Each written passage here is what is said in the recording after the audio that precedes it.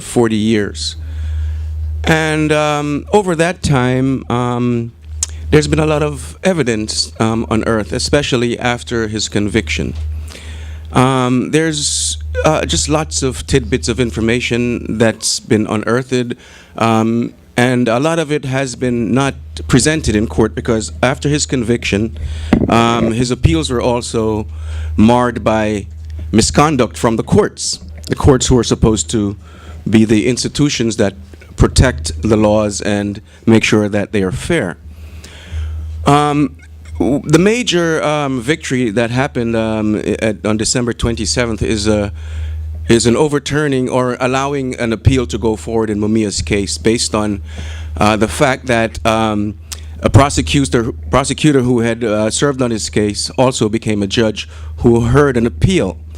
And a ruling that was made, I think, in a few years ago in another case in the Supreme Court makes that illegal. And so the appeal that was, the case that was just heard and the case that was just won is, it's not a case to free Mumia. It allows the appeals to go ahead. So for the presentation of evidence that has been withheld in the past.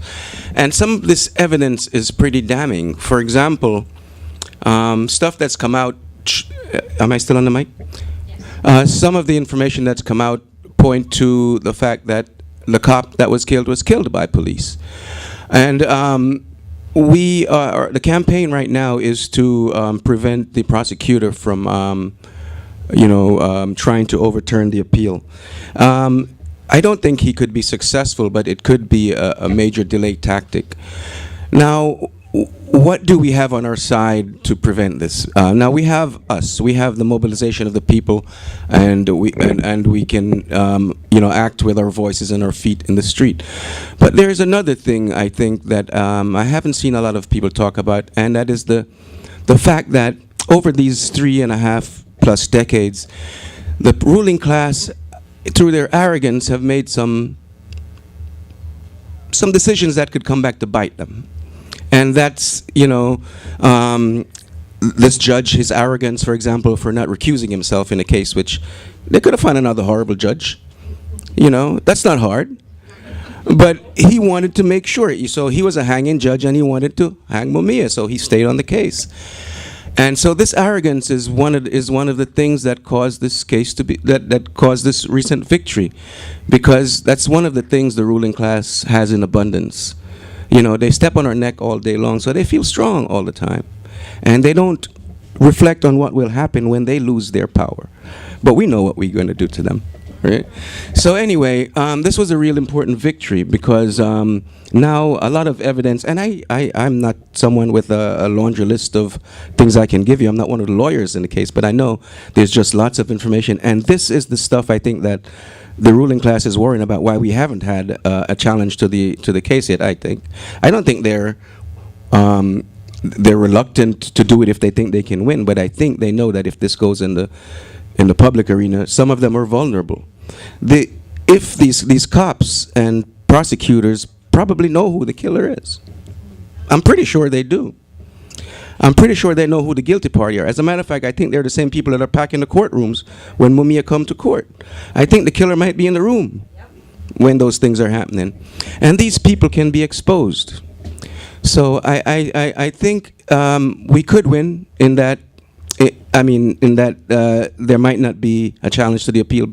Not so much based on them not wanting to do it for fairness or because they think that justice will be served, but I think out of fear for themselves. And so that's, I think, one of the strong things we have going. Now, this past weekend, the rally that happened in Philadelphia was really great. The common theme throughout the day, which I was pleased for, was that just about every speaker who spoke, especially in the streets and the agitational stuff, spoke to the fact that all the victories that have been won by the movement. Nothing was granted from above.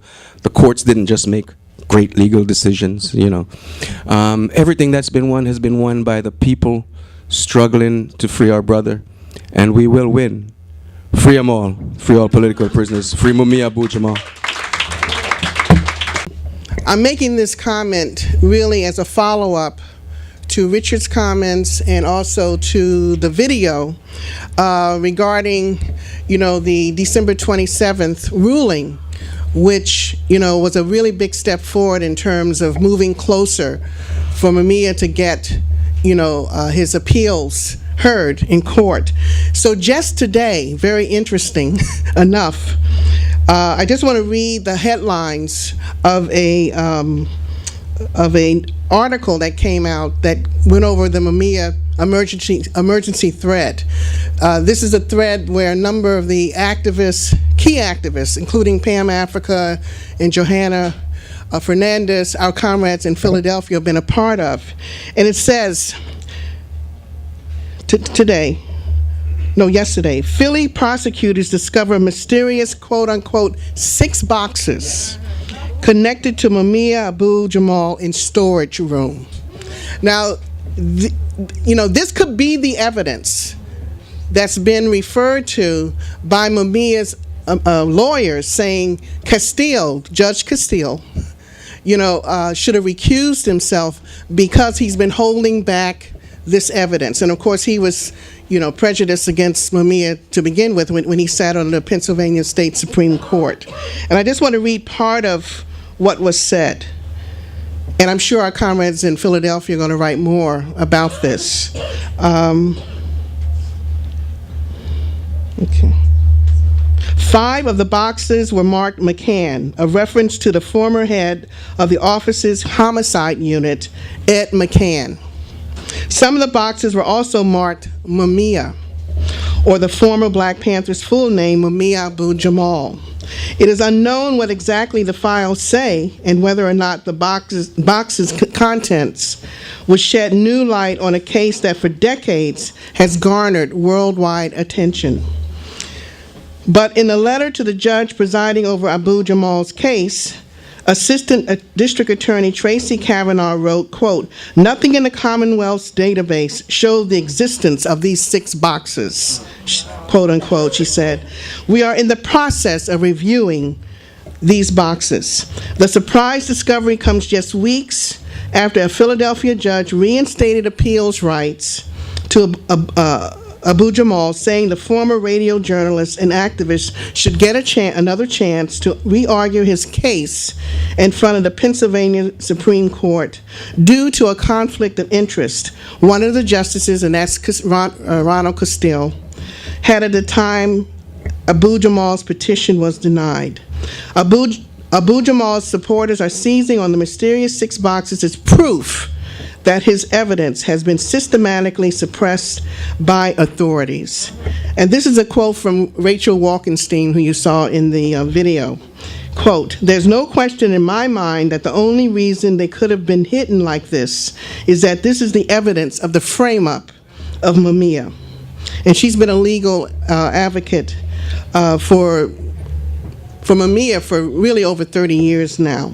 So anyway, this is, another piece, of the puzzle in terms of, moving forward with the long overdue struggle to free Mumia Abu Jamal. So, and petitions were delivered just a few days ago, over 4,000 petitions or signatures were,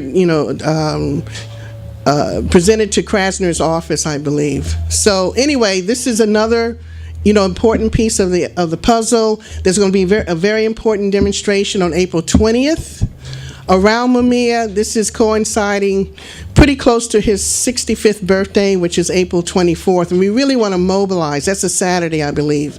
So we really want to mobilize to be in Philadelphia on April 20th. But again, anything can happen in between now and the 20th in terms of this evidence. So we'll see, how it, plays out legally. But we do want to be in the streets on April 20th. Free Mumia Abu Jamal and all political prisoners. 2 rounds of applause, Dan. First, I just want to thank you, New York comrades, so much for the work that you've been doing for Mumia and for MOVE for decades and decades. I grew up in Philadelphia. I lived in New York for 4 or 5 years, and it wasn't until I moved to New York that I learned about Mumia Abu Jamal. You have to understand that in Philadelphia, the propaganda is so, they say cop killer like it's part of Mumia's name every time it's reported in the news. The control that the FOP, the Fraternal Order of Police, still has, and maybe I'll just give you a little bit of background on Philadelphia. Philadelphia had a great chapter of the Black Panthers that Mumia Abu-Jamal was a member of. It was systematically destroyed by the state. And one of the organizations that met that violent, humiliating, destructive attack on the Black Panthers that survived that attack was the MOVE organization, which is not only a black nationalist organization, but an environmentalist organization, a vegan organization, and they revolutionized militant street confrontation, and for that they were attacked. There's a figure in Philadelphia named Frank Rizzo, who was the, commissioner of police and then mayor. I mean, the hold that he had for a quarter of a century on Philadelphia there's still a statue of Frank Rizzo. Take it down. That's like having a statue of Bull Connor in Birmingham, Alabama. And it's standing there across the street from City Hall. He was very public about his wanting to murder every member of the MOVE organization. He said in a press conference after the destruction of the MOVE home in 1978 that this isn't over yet, this won't be over until we put them in the chair, bring back the death penalty, and I'll throw the switch myself. That's what he said. When he ran for mayor again, thankfully during that campaign he had a massive coronary and died, but he said vote white. That's what he campaigned on. And this is the man there is still a statue of him in Philadelphia. The arrogance that Richard was talking about cannot be underestimated. The arrogance that Ron Castile, while Supreme Court, state Supreme Court justice, said, "What? I have to recuse myself because I take money from the FOP? There's 3 or 4 other judges that take money from the FOP. Why me?" It's like, okay, now we got you. They said, Larry Krasner, our progressive liberal DA, was on the local NPR affiliate saying that we turned over all the evidence. We got everything. There are no more boxes, no more files. And then apparently less than a week later, if we're to understand the report correctly, he was just wandering around the basement of the DA's office looking for office furniture and happened upon these boxes upon which the name Mumia Abu-Jamal was written. The arrogance that they expect us to believe this nonsense. So I just wanted to lay that out. The Fraternal Order of Police still has an incredible influence in Philadelphia, and even among well-meaning, good-intentioned people, the propaganda in the city is, I was told once when I was first getting involved in activism in Philadelphia, it's like, you'll be great, it's a great radical scene, as long as you don't mention Mumia or Palestine, you'll be great. Okay, well, I know who I'm not working with. And people say, it's like, everybody knows Mumia's guilty. You still hear that in Philadelphia. And so I particularly want to thank New York Comrades for keeping this movement very much alive, even when it goes through its low points in the actual city where this happened.